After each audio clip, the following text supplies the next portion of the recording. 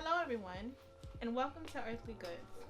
My name is Keisha, and I'll be your host today. And I'm here today with Philbert Bailey, evangelist Philbert Bailey, preacher Philbert Bailey, pastor Philbert Quite a Bailey, few titles.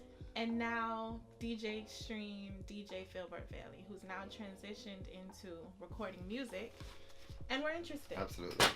We want to know more about him. We want to know why he's taking this step. And we want to try to see if we can get to know the man behind all of these titles. It's fine with me. I'm happy you're here today. Thank you for coming. I'm very happy to be here, Keisha. Thanks for having me. Wonderful. So we're going to just ask you some questions, try to get to know you. I hope you're ready to be open. Absolutely. I am open for the most part. Okay, a little vulnerability. Vulnerability is good. Okay, well, and I know there's a lot that people want to know, so we're going to just jump into it. So our first question today is, who is Philbert Bailey? Who is Philbert Bailey? Philbert Bailey is a very simple person, I would like to say. I'm a father. I am a husband. I love the Lord. I love people. I strive to treat people the way I want to be treated. For the most part, I'm a very simple person. On a professional side, I am a teacher of the Word of God. I do preach the Word of God. The Lord has gifted me to do a lot of trainings and seminars and things to enhance the body of Christ. I work along within that area. I just started recording, so yes, now I am taking on the role of an artist. In a nutshell, that is what I would like to say for Bailey is. What do your friends call you? It depends on how close they are. What are your close friends Like call my you? close friends call me Roger. If I hear somebody say Roger, I know that they're like my close friends. Because my siblings call me Roger. Outside of that, my friends call me Philbert for the most part. Who is Roger? Roger is a brother. Roger is a son. Roger is a sibling. Roger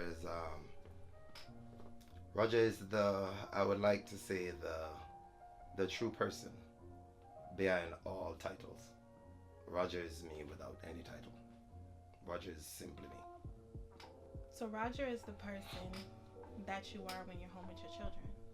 Roger is the person that I am when I'm home with my children. Roger is the person that I give to my family and my loved ones. Roger is me without the professional bells and whistles. Roger is the unprofessional me. Roger is the unstaged me. Okay. When I'm being Roger, I don't have to put on, because I'm around people that are like the core of my life. So Roger is me when the camera is off, if you may. What inspired Mama's Cry? Mama's Cry is a song that I wrote on, when I was about 12 years old. I saw this young man got killed. There was an altercation in Cuerva Gardens in Jamaica, and I saw this young man got shot, took a bullet to the head, and his mom was a Rastafarian woman, and she was in the middle of the street with him lying in her lap, and she was crying out to Jah, asking God please to stop the bleeding and stop the pain that her son was in. And that is something, a very graphic experience that stick with me from childhood. How old were you? I was about 12 at the time. I'm 40 years old now. So that has lived with me for quite a few years. And eventually I put pen to the paper and I wrote Mama Cry. Out of 40 years of experience, why is that what you brought back? I'm very inspired with all that is taking place right now, with in the news, the shooting, the killing, the violence, the insensitive nature of mankind towards each other. And so Mama's Cry, obviously is a really violent incident that I witnessed, and I believe that the storyline of it is impacting to those that hear it. So I wrote on it. I noticed the first two songs you released are centered around, like you said, senseless violence in a community. How has your experiences with tragedy shaped your perspective on living? Well, I've had my own first-hand experience with violence. I was slashed 14 times while I was living in Kingston years ago. And left in the dirt to die. That has changed my life tremendously. It has left me in a position where I don't know if I want to say traumatized, because it was seemingly a mistaken identity type of thing that took place, and apparently this guy mistook me for somebody else and just attacked me. It gives you a level of discomfort with the public because you believe that a person could just look at you like that and just come out the blues. When did you write your first song? And what was it about? I wrote my first song when I was about 12, 13. It was just a little rhyme. It goes something like stick ding ding ding ding ding ding ding stick ding ding ding ding ding ding ding ding ding ding stick ding ding ding ding ding ding ding stick ding ding ding ding ding ding ding ding ding. Mister, listen to me, no woman. Mister, listen to me, no man. Intelligence come for rat the nation. Mister, listen to me, no woman. Mister, listen to me, no man. Intelligence come for rat the nation because the earth a go round and that a rotation. Think about something, concentration. That was your first song. That was the first song I wrote. So I was about 12 when I started writing, and at the time I wanted to be a DJ. I really wanted to be a DJ, but I never wanted to be a DJ for the right reasons. What did we explain?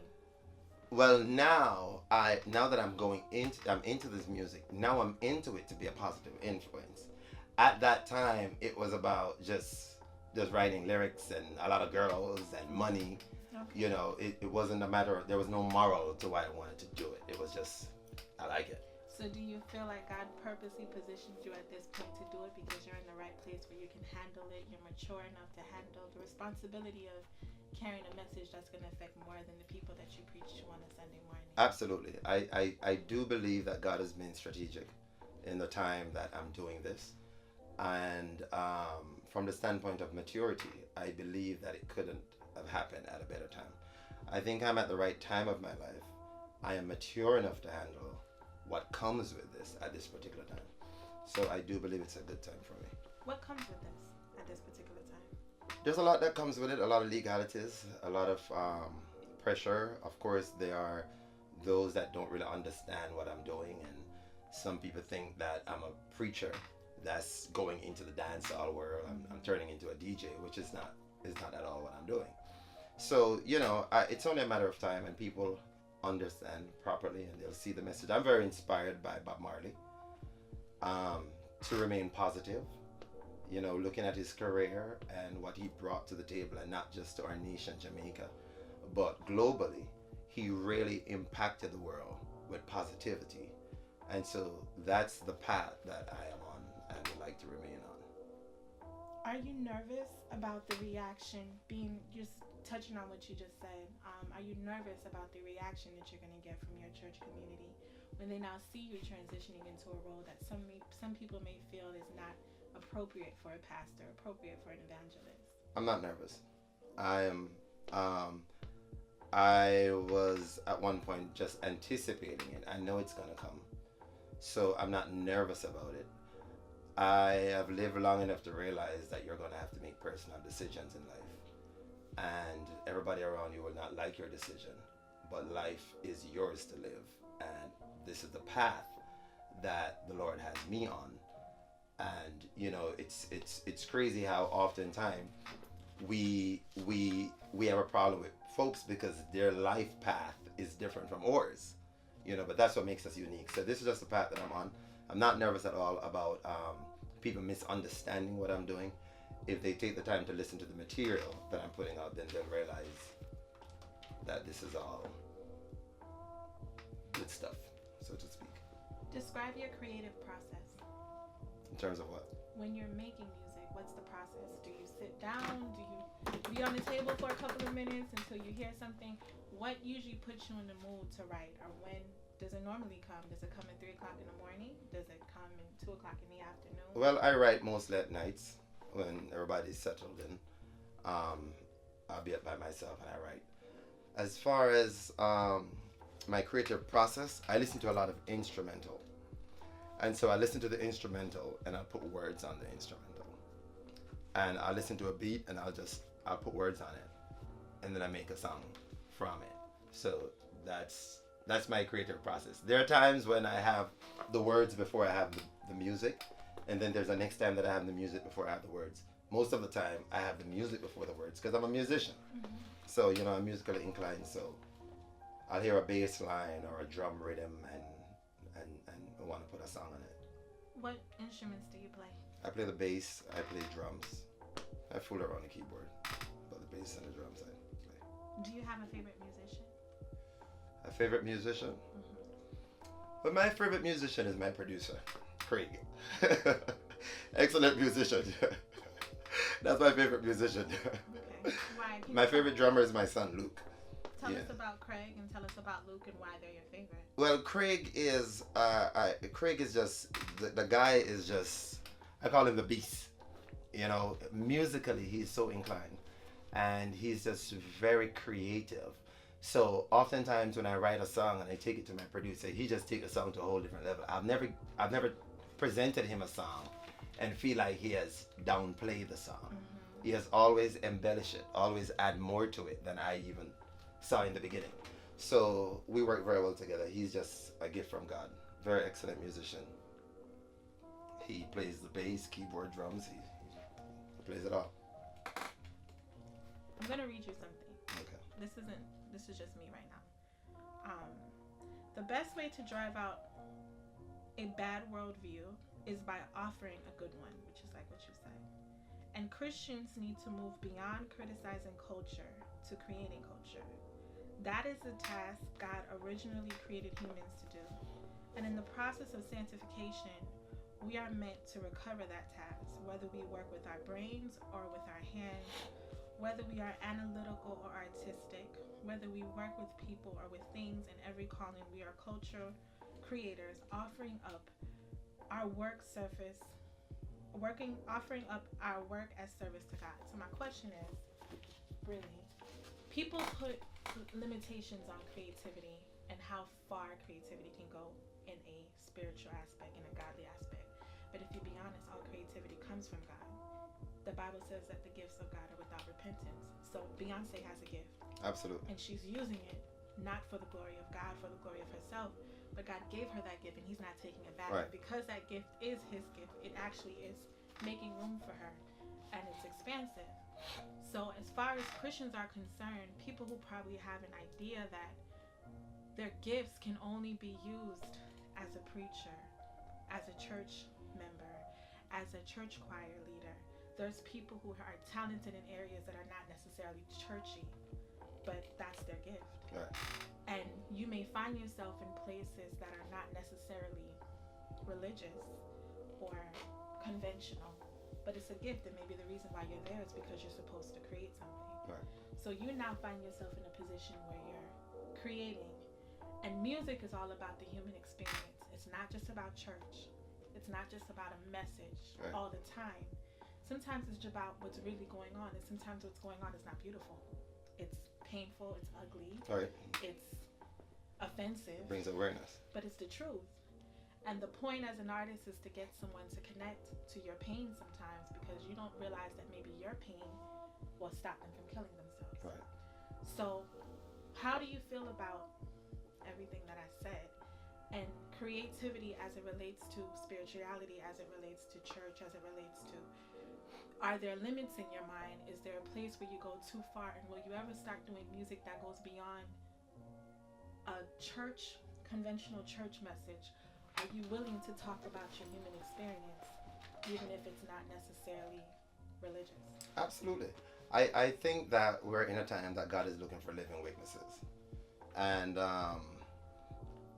church, we grow accustomed to the ritualistic presentation of God from the standpoint of we preach Paul, we preach Peter, we preach John, but nobody preaches Philbert.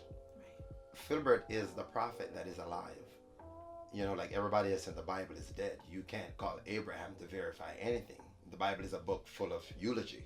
Everybody that is there is dead, other than Jesus Christ, according to the word. Right. But now we have living witness, people that are alive in this time that God is using in different ways. My whole goal and drive and intention is just really to minister to humanity on the needs that affect our people, things that affect our people. Now, I believe that, we can't become so heavenly minded that we are no earthly good. And oftentimes, what really happens is that we get so zealous over the spiritual things that we minimize the importance of the physical things or the temporal things.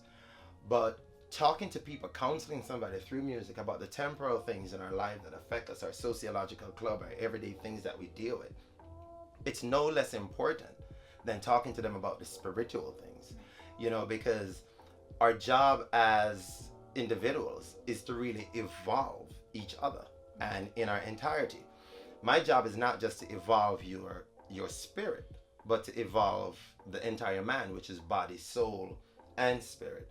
So a lot of times we might minister, and the ministering might not necessarily be feeding the spirit particularly, but it is good influence for the physical man. So absolutely. I wrote love songs. I write quite a few songs that are not just talking about crime and violence. I mean, I write about the human expression of love, feeling love towards a person, different things. Which one is more terrifying to you, death or failure? Failure. Why? Because you don't know when you're dead. I haven't experienced being dead, if you may. Mm-hmm. Some time ago, I passed out. And it's the best way I can explain what death feels like. When I passed out, I didn't know that I stopped. When I came back, there was a chunk of time that was missing. I have absolutely no recollection of that window of time between me walking from my car to where I pass out. And so if I never came back, I wouldn't have known that I passed out, because there's no pain in death. People don't, when you die, death doesn't hurt. There's no pain in it. When you die, and you literally die. So for me, that was a death experience. If I never came back, I wouldn't have known that I died. It just stopped. Time had just stopped. Could it have been that when you passed out, it wasn't your time yet? You weren't supposed to go. That's why you came back. So you were in transition. People say that. Hypothetically speaking. People say that. You were in transition. Let's just say that. So do you think that there would have been a place, if you actually did pass, that your consciousness would have come back alive and you would have realized that I passed? That you passed. No. But before then, I don't think so. What terrifies you so much about failure? Because like you said, if you did die, then there's nothing to fear. We don't know. We can't speak about something we don't know beyond. But living here and failing. Well, for me, life requires a strategy. There has to be a plan. How am I going to live? There's a thing called cost of living. Mm-hmm. It costs to be alive. It's expensive to be alive. So just to be alive requires that you have a plan for at least the basic. How am I going to stay alive, feed myself, have the basic needs and necessities that I need in life? I fear failure from the standpoint of I shoot to put my best in anything that I do. And my drive is to succeed, not just for my sake, but for my children's sake. So I fear failure as a father, because I believe if I fail to turn things around, then I'm going to pass on a legacy to my children that they will have to fight to turn things around. My perception of fathering, or my life, is that my life should cause my children's life to be easier than my life was. Make sense? So from that perspective, I'm afraid to fail. Okay. I don't want to fail because I don't want my children You want to leave something for to have to deal with the failures of their father. How has being a father changed you? It has changed me tremendously. I love my kids to death. I mean, they're the only thing that I can look at and see myself. My kids are my world. It has changed me very much for the better. It's a very strong gravity to help you to be focused and to try not to. A lot of times when you want to be crazy, it helps me not to be crazy because I have children. So it has definitely been. So they keep you in check. They keep you in check. You live for your kids. I mean, it could just be as basic as taking a drive to Miami. I might drive different if my children are in the car. You know, comparison to me being on a rush if I'm on my own. Mm-hmm. So it does put that margin there where oftentimes the awareness of your children cause you to operate different. You said that one of the things that scare you about failing is letting down and not leaving a legacy for your children. Is that your biggest fear concerning your children, or do you have a fear bigger when it comes to your children? No, I don't have a fear bigger when it comes to my children. It's not. I don't know if I want to call it a fear, but if you ask me if I do fear death or failure, I would have to say failure, because death you don't have to deal with. Failure you deal with. You live in your failure. After you fail, you're here to deal with it. Right. While the man that is dead is gone. Would you consider pride your strength or your weakness? Pride? Mm-hmm. At this point in your life, based on who you are right now? I think pride can be both. It's just a matter of how it's balanced and properly equalized. You do need a level of pride to be strong, but then too much pride becomes a destruction. So with pride, it's just that ingredient that has to be properly balanced. You don't want to become a Lucifer, but at the same time, you need to know your value, but it shouldn't get to you and turn you into a Lucifer. In your life, has pride become your strength or your weakness? I have seen pride has become my weakness before. At this point of my life, I think I'm taking pride as strength. But I have been there as a young man where pride caused me to have a fall. Can you explain? Can you give us an example? Well, just it was a different time in my life, and oftentimes being gifted and immature is like a recipe for disaster. So there was a time when, as there's an anointing on my life, or there's a gift that is on my life, there's a time when me not properly understanding who I am, my identity, I would operate in a certain way, thinking I know who I am, but I really didn't. So, I find myself in places before that were not very pleasant as a result of my stupid pride, and I've learned from it. What's the last movie you watched? The last movie I watched was yesterday. It was Nemo. You watched Nemo? Did you watch it by yourself? No, I was watching it with my daughter. Okay. And I think I've heard you talk about Nemo before. It seems like you really like that movie. Kids love Nemo. It's a very good cartoon. Do you like it as well? I love it. I love watching movies with my kids. So what did you learn from Nemo when you were watching it? I learned quite a few stuff. I learned when your dad tell you not to touch the boat, don't touch the boat. I learned if you don't listen to your father, you're going to find yourself in trouble. But most of all, the cartoon really shows a father's love. And I love the fact that it was a father that was hunting for his child and not a mother, which is typical. Right. What you would find. This is a father that is really searching for his child, and just a father that just decided to search his entire world for his kid because of how much he loves his kid. I love it. I love cartoons. Tell me about your father and his love, and how his love and support and how his influence has shaped your life. My father is a very lovable person. His influence has absolutely shaped my life in a very positive way. I don't see my dad as a typical Jamaican man. He's a very affectionate person. He's not afraid to tell us as his children that he loves us. He has never been one that is afraid or hide his love from us. A lot of fathers are not like that. A lot of fathers are not affectionate. They're not into hugging their kids, kissing their kids, telling them they love them. My father is quite the opposite. He has 6 of us, and we had a very humble growing up. We had a very humble life, but we never had questions about our parents. We maybe didn't have food, we maybe didn't have dinner, we maybe didn't have breakfast, but we had mom and dad. So I was raised in a very, very close-knitted family.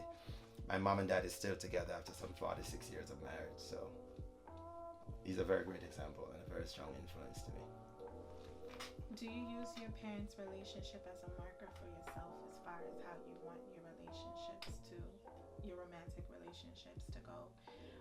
What do you pull from them as far as lessons? Okay, I like this aspect, but when I'm in my own, I want to do something different. What have you gained? I do use my parents' relationship as a point of reference to my own. Um, I try to be the kind of dad that my father was with us. You know, the way that he was affectionate with us, the way that he played with us. He's jovial. He laughs with us. We never had a dad that when he comes home, we run into a corner and we get scared because daddy's going to kill us. You know, it was quite the opposite. So I always wanted my children to have that type of relationship with me. And from an intimate standpoint, I really learned to treat my woman a certain way as a result of seeing my dad, how my dad treats my mom. Like, I've never, in 40 years, I've never witnessed a verbal abuse conversation between my parents. In 40 years, I've never seen my dad talk to my mom to the point where us as children got nervous, think maybe he's gonna hit her. I've never seen my mom charge at my dad. I've never heard her call my dad name. I've never heard my dad swear. I've never heard my dad use a curse word. Till this day. Wow. So, pray for me, daddy. But yeah, you know, so, I mean, he's just a very great example of a father. Very great spiritual leader. Pastor, entrepreneur. Loves people, very ambitious. He puts a certain level of pride and ambition into us as his children. There's nothing too high for us. There's nothing that we can't reach. He never makes us feel as if anything is unreachable or there's, you know, it's too high for you to acquire. So, as a dad, he has really, really impacted my life. Do you very look much so. for a piece of your mother in the women that you've chosen to love? Well, I do look for a piece of my mother. I guess when I was crazy and running around, I should have been thinking that harder. But for a person that I choose to settle with, I do look for characteristics that I've seen in my mom. My mom is a great woman.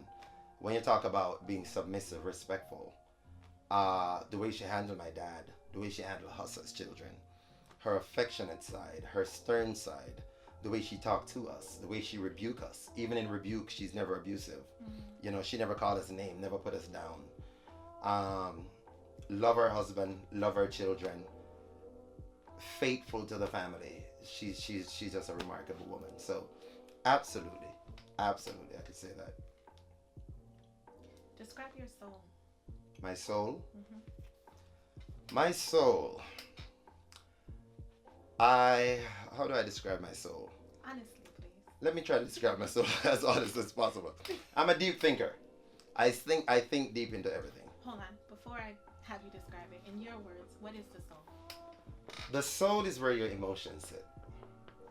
That's my explanation of the soul. So my body, soul, spirit.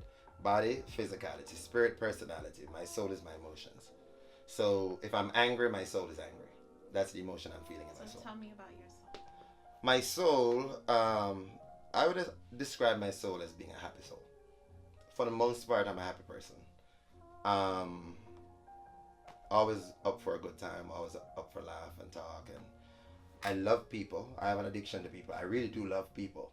I do love people. So I get along very well with almost anybody that I'm around. I get along with. It doesn't matter how difficult a person's personality is. If I have to get along with them, I could deal with them. And then, of course, being trained from a pastoral side also helps with that. I want to see people strive. My sole desire is to see everyone around me maximize to their full potential. And that would be the word I would use to describe my soul. What about passionate? Would you use passionate? Extremely passionate. Very passionate.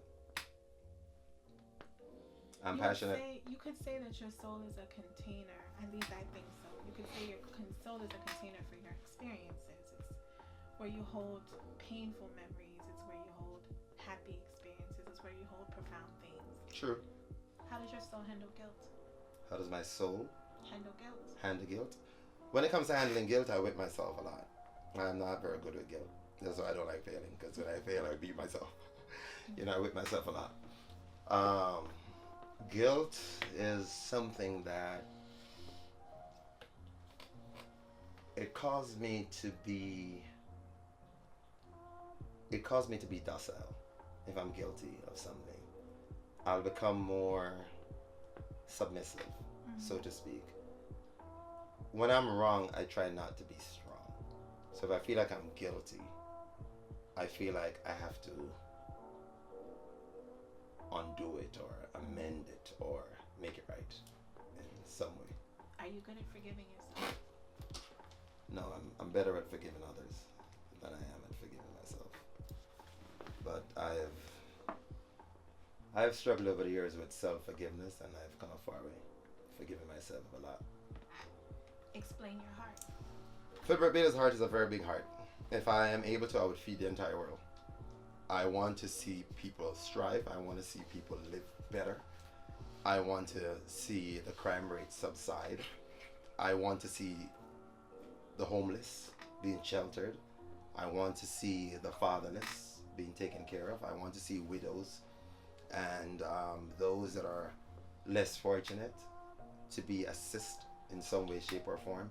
I love people. I believe that if we live our life without impacting the people around us, then our life was in vain. I don't want people coming to my funeral telling a lie for my eulogy. Mm-hmm. I want them to be able to genuinely say, this guy was a very great person and was a great person to be around. Explain Roger's heart. Roger's heart is I just want to I want to see the best of everybody. I want to evolve, and I want to see the people around me evolving, you know. And this is where my own passion come from for writing music, because I believe through music, then I am able to share my heart and inspire others to feel the same things I'm feeling. How do the people in your life know that you love them? How do they know that I love them? I am very expressive. I'm not afraid to show love. How do you show love? Many different ways. If I love a person, they'll know. Can you give us some examples? Well, it depends. It depends whether it is eros love, filial love. It depends on whether it's an intimate love or a platonic love. But I do show love in different ways. But one thing, if I do love a person, they're going to know that I love them. If I don't like a person, which I do have people I don't like, if I don't like a person, they're going to know. Because I'm not very good at being hypocritical. How do you show love to your children? Kissing them to death, cuddling them, expressing myself to them, letting them know that I love them. Having that close relationship with them where they feel as if it doesn't matter what they find themselves in, they could always come to daddy. I want my girls to always know that home is always home. And it doesn't matter where you find yourself. If you ever find yourself in a bad relationship, you could come back home to daddy. How do you show love to your spouse? I show love to my spouse by caring, being around, doing the things that I ought to do to the best of my ability, being submissive when I need to, compromise when I do need to, being affectionate openly, not just having affectionate thoughts towards you, but actually being affectionate towards you and having you realize that I do have a certain caliber of love for you. How will your future benefit from your past? How will my future benefit from my past? I believe that there are things in my past that absolutely will be instrumental in navigating me on this path that I'm taking. A lot of time as a counselor, you'll do a better job counseling when you're counseling from experience and not from just some theory that you learn in some college. So I learned how to process both good and negative things in my life and pull the positive substance out of them that I can use to catapult somebody else futuristically. So the things that are in my past that are negative, that I'm ashamed of, I oftentimes open them up and expose them to people that I care about to make sure that they could see the mistake that I made so they won't find themselves in it. A lot of people just want to show their triumph. I love showing both. You know, don't do this because this is what happened to me when I did it. So that's how I think my past will impact my future. Positive. What haunts you? What haunts me? Not being able to have the best relationship with my children I would love to have. That's what haunts me. Is that the only thing that haunts you? That's the thing that haunts me the most. What frustrates you? Not being able to have the best relationship with my children I would want to have. What frustrates me? I'm not a very patient person. People say, you know, I guess I might say that myself. But I get things done. I'm straight to the point. I know what I want. I explain it. So indecisiveness frustrates you? Indecisiveness frustrates me. It's like if we're going to do it, we're going to do it. If we're not going to do it, we're not going to do it. I don't want to be like this with you. It's just, so that gets me. It's fine. So I want to play a game with you. Okay. A word association game. Word association. I'm gonna say a word, and I want you to tell me the first thing that comes to mind. Okay. When I say it. Riverton. Riverton. Poverty. 10 years ago. 10 years ago. Family. Intimacy. Intimacy. Consistently. Love language. Love language. I would say actions. Bible. Bible. What comes to me when you say Bible? God, the love of God. Redemption. Redemption, believe it or not, Bob Marley pops in my head when you say that. Because of the redemption song. Dad. Dad, Philbert Bailey. Mom. Millicent Maureen Bailey. Divorce. Divorce, ex-wife. Tell me what it was like growing up in Riverton. What was it like growing up in Riverton City? Riverton City, it was a lot of fun. I had a lot of fun growing up in Riverton. I enjoyed my childhood. I had friends, and when you're living in it's not, when you're living in that matrix, it's not something that you're in it. Right. You have become institutionalized, if you may. Right. Based on the community. Right. So I have lived in it. I have seen people at their lowest, and I have a very humble beginning. I know what it is to live in a cardboard house with zinc roofs, and we take the drum pan and we chop the drums and we beat them out with hammer, and we make fence and we sweep the floor and make it hard, and having nothing to eat many days, have just many nights sleeping out, hustling to get home, struggling. It was a tough life. But again, I have to thank God for my parents. What part of Riverton is still with you now? What part of Riverton is still with me? Riverton is still with me because I have this compassion for people that are struggling. And that's because I know what it is to go to bed without dinner. Right. I know what it is to don't have a pair of shoes as a child. I know what it is to not go to school because I didn't have my parents couldn't afford it. I know what it is to not have breakfast, not have dinner. I know what it is for people to look at you funny, turn up their face at you because, your parents don't have it and you're of this caliber. I know what it is to wear pants that is way up above my ankle, because we don't have that. We didn't have it. But I have never been arrested. I've never got arrested for theft. I've never found myself in any crazy stuff because as a result of the situations I'm in and the peer pressure that I face. I mean, I went to school. I've dealt with the same peer pressure that a lot of these young people dealt with. But again, I must honestly say, my parents' parenting skills played a great role in helping us to remain focused. Coming back to the music, do you want to be labeled as a Christian artist? No, I'm not a Christian artist. Can you explain? I'm not a Christian artist because the people that I want to counsel through my music, they don't buy Christian music. So if you put Christian on a CD, they're not going to buy it. Hence, I'm wasting my time. I want the people that are doing the shooting and the killing to listen to what I'm saying. Mm-hmm. So if I brand or label my music as gospel music, they don't listen to gospel. So I don't want to be brand as a gospel artist because I'm not a gospel artist. So the title of the program is called Earthly Good, and the concept behind that is that I think today that some people are forgetting that while we are spiritual Christian people, we live in a physical world. Right. We have physical experiences. While you experience God on a spiritual aspect, you live in a physical environment where you have to experience people, and your experience of God is through people. Right. So there's a saying that you quoted that says that you can't be so heavenly minded right. that you become no earthly good. So my last question for you today is, what will be or what do you intend to be your earthly good? My earthly good, I intend for my earthly good to be a legacy of wisdom that the public receive from me.